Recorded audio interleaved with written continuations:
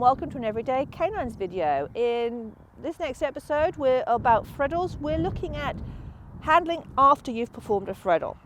So we've looked at the handling we need to do before them. We've looked at the two different types of threadle, the long threadle, the tight threadle. Now we want to talk about the things you can do after a threadle. I've shown you the basics where your dog is coming over here, good girl, and either going on a straight line or turning in. In this situation, the dog is remaining all on your drive arm, and we're assuming in those situations that the next obstacle is pretty obvious and that they're going to just drive into it and you're going to be carrying on the same line. But that's not always the case. So I want to discuss options for handling after a threadle. Now I should say that these options work best when you're doing the single arm threadle because you'll be where you need to be. If you are doing one of the older forms of threadle, certainly even if you're doing the off arm threadle like this, it's going to be harder for you to get to where you need to be for these handling maneuvers, though it is possible. One of the reasons that the single arm threadle came in was because it made other options much more feasible for after that. So what might you expect to be doing after a threadle? Well, say I'm here and I do want my dog to go over to this section somewhere over here, maybe there's a tunnel, but for whatever reason I don't want to remain on this side. Maybe it'd be more practical for me to change sides here.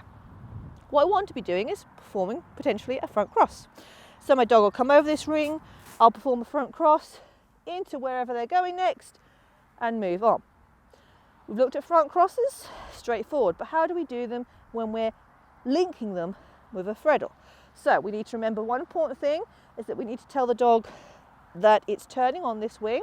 When you're training these things, you can do it all on one wing. So I'm imagining I'm here.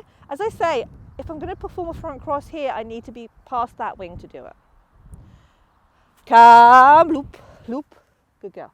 See how straightforward that was? She came, I perform my front cross, and wherever I need to be, perhaps I could even be that I need to get her over there, so actually I do want her to pull really tight. You know, there's one of those options you say, well, where am I going to use that? And you go, oh, I'll never use that. And then suddenly you see in a course, you go, oh, I could have used it there. So that was a straightforward. Now, let me just show you if I was doing the old-fashioned off-arm version.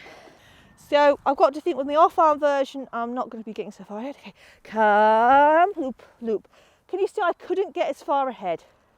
Just physically couldn't because my body didn't turn. I was trying, but I couldn't get as far ahead. Good girl. So that meant, okay, it worked in that scenario. But the next move I'm going to show you, it wouldn't work. So the next move I want to talk to you about is doing a blind after a threadle. This means our dog is going to come over this jump and we're either going to have them turning and doing a blind here, so they're turning, we're going that direction, or we might be really jazzy and try and do a blind here to pick up our dog as they're coming out. So for whatever reason, you know, this is one of these things you say, well, if I was going to have to do something like that, wouldn't it be simpler to be able to be this side and do it? But, you know, things happen on a course, you might not be able to get that. You might have had to come from here, so you couldn't do it. So we need to be able to have these moves. Again, I simply couldn't perform a blind after a threadle on that old-fashioned form because I just couldn't get there. Simple as. Even with the new form, it's going to be pushing it, which is why we're doing it with Swift and not Sparrow. So this is going to be we're doing the blind on a straight run, and it's probably going to be a bit tight, but my goal is to change from this arm to the other arm for whatever is up next. Now I've got a tunnel up there, and actually I could see that this would be quite handy if my dog was then having to come back onto itself. Changing to a blind would be quite handy here. So, come. So hopefully you saw then. I'll tell you what, I'll do it the other way as well. It's slightly hard because the way I'm doing it, you can't always see. Let me try it the other way so you can actually see what I'm doing. Come. Good girl. So that is actually a manoeuvre you do on a quite fast, not a speed. But if you've got ahead of your dog and you can do that, it's a fab manoeuvre to have. And it could get you to where you want to be next. It could be I really desperately need to do a change of sides. You could also do the blind on the tight turn. We've talked about blinds on tight turns. Not everybody likes them. They're a bit of a controversial thing. I personally do because I find front crosses quite challenging. So on this one, I'm going to ask, I'll do it this side. I'm going to ask Swift to come, loop, loop. So she needs to turn in. Good girl, sit. But I'm going to perform a blind. So she's on this arm, and I'm going to switch to this arm. Come, loop, loop. So on that version, she's doing the turn. It is going to be a slightly looser turn because you do tend to get slightly looser turns on a blind unless you're turning. But again, I've changed sides. So those are your two key moves you're going to be doing on a threadle long, your front cross and your blind. You could also potentially do them on a move where you're doing your tight threadles. So we think about this when we're doing a tight threadle. So supposing we had to ask our dog to come round this one, and then we wanted them on a different side. That would actually be really awkward to do the front cross there, but if it was an emergency and you needed to do it, you know, you could do it as an in, and then you're almost pivoting it if you like. Another way you could do the front cross on this one is if you were asking your dog to come in and you needed to be over this side. So let me show you what I'm thinking. Okay. Loop, loop, in, and then you wanted to step here to pick them up. That would almost be a change of sides if you were going that direction. You're not going to be doing it so much going this direction because I suppose you could if you were then going to try and send them that way, but actually it gets quite awkward at that stage. Far more likely what you're going to do is a blind here because it works much better. And it's going to be mainly when you're doing your 360s. You could do it on the tight one. So let's have a look, but you're going to have to really motor. So remember, to do a blind, though she's starting on this arm, she then changes to this arm.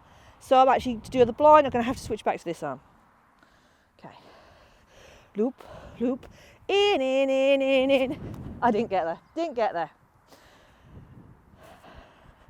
I knew that was going to be a challenge for me. Because I've got to move so quick after that in. Let me just try again. Gonna have to get you to commit for me, huh? Loop, loop, in. Ah, nearly. The problem with that is because she's having to come in front of me first. So I have to wait for her to come in front of me. So there are options there if you were fast hand and your dog was really committed, yes. But that's not a move you're going to do often. But it's worth knowing. Let me show you the place where you would expect to do those blinds. And that's when I'm asking her to do a 360 turn, but then I want to pick her up on this arm. Loop, loop, in. Good girl. But you see how I could do it there? I changed on the blind. So these are things to think about. Once you've nailed your threadles, they're the next step. Thinking about how am I going to progress this? How will I need to use it in different situations? And post-skill handling is just as important as pre-skill handling, if you see what I mean. You have to think to yourself, what do I do after I've done that skill? Skill's never in isolation, so there's always that next step to be thinking of. So those are some of the things you're going to be looking at when you're doing your threadles. I hope that makes all sense, and because there's been quite a few videos on threadles because they are a complicated manoeuvre, but hopefully you can see where they're useful and where you're going to want them. And you can also see what version of them you want to do and how advanced you want to take them. I hope you've enjoyed this Everyday Canines video, and if you have, you might like to subscribe to the YouTube channel. And you can check us out on Facebook and Instagram, and I hope to see you all again very, very soon.